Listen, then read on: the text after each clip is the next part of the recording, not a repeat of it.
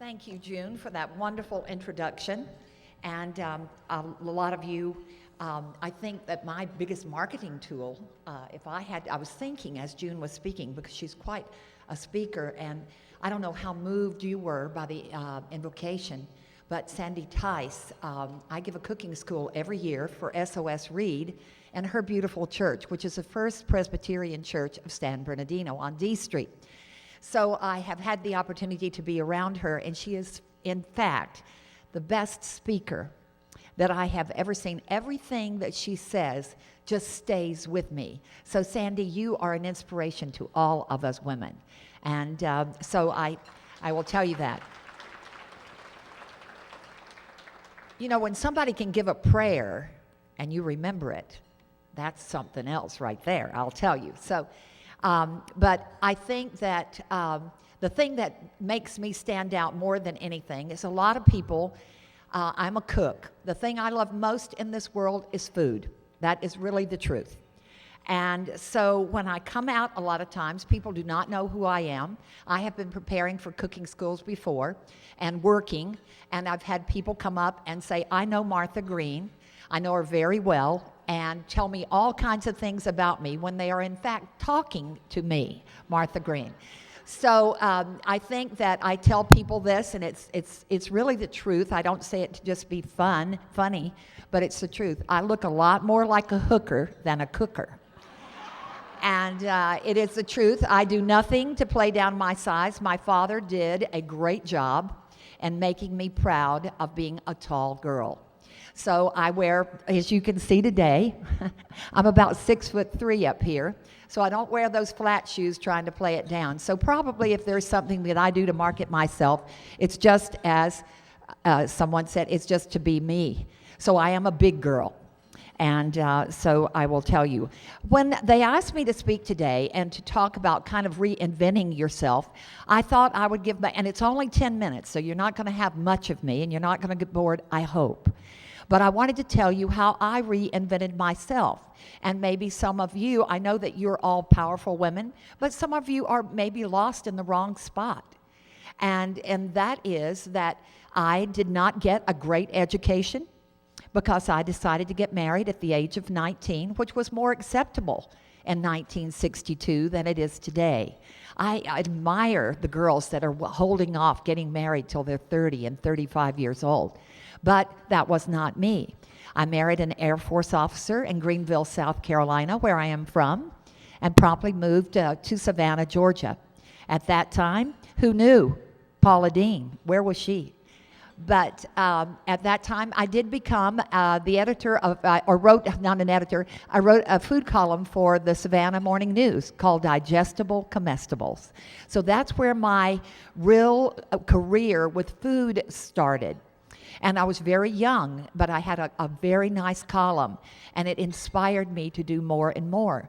But I kept trying to lose that trail, trying not to be in the food business or in the food industry or writing. I didn't have enough education to really be a journalist, but I had that power of love and passion for what I wanted to do. And one day I met a lady by the name of Helen, and she was a very big microwave cooker, and she lived in Encino, California.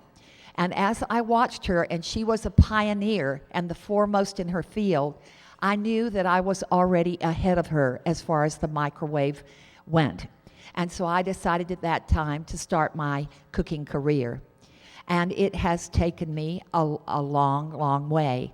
I decided very early in my food career that I would never be stupid enough to own a restaurant. And let me tell you, all the horror stories you hear about restaurants, most of those cooks in those kitchens have served time in prison. So I always say that. It's really the truth. So, and you have young cooks, so they have a lot of problems. You know, when you have that type of thing, you've got to have a good attitude. And I certainly do try to have a good attitude. And I do, in fact, own a big restaurant today. I wanted to tell you that the thing that got me to do this was simply one thing: the passion for food. I have written now 3 books. I've written 2 cookbooks and a coloring book for my restaurant.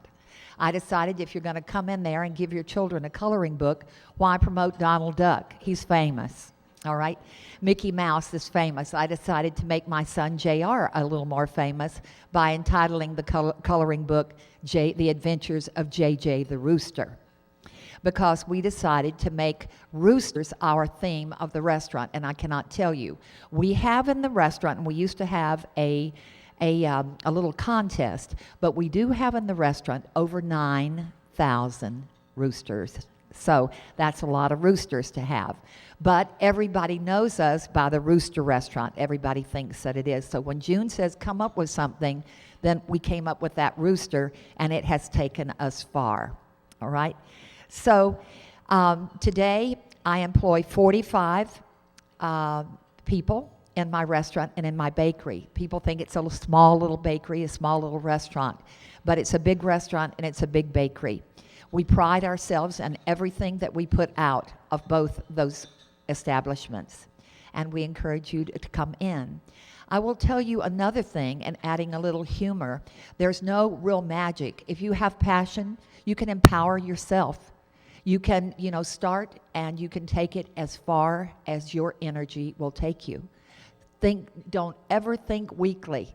I will tell you, you cannot be weak and start a business of your own. You have got to be powerful. You have got to believe in yourself.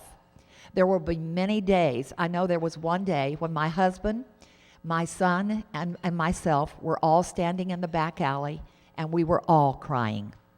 And we were wondering, what have we done? But you have that passion, and it will carry you forward, and it will keep you going. And with all the bad, a lot of good will happen.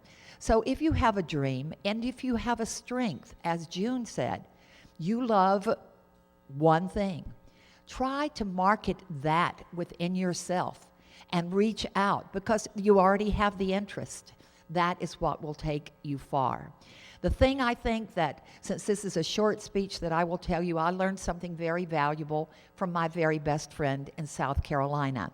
That some of you, if you're at the end of your career, you're tired, you don't want to really reinvent yourself, you don't really want to do a lot of other things, here is the strength that all of us women have. I know there are a lot of men in the room, so you just try to listen.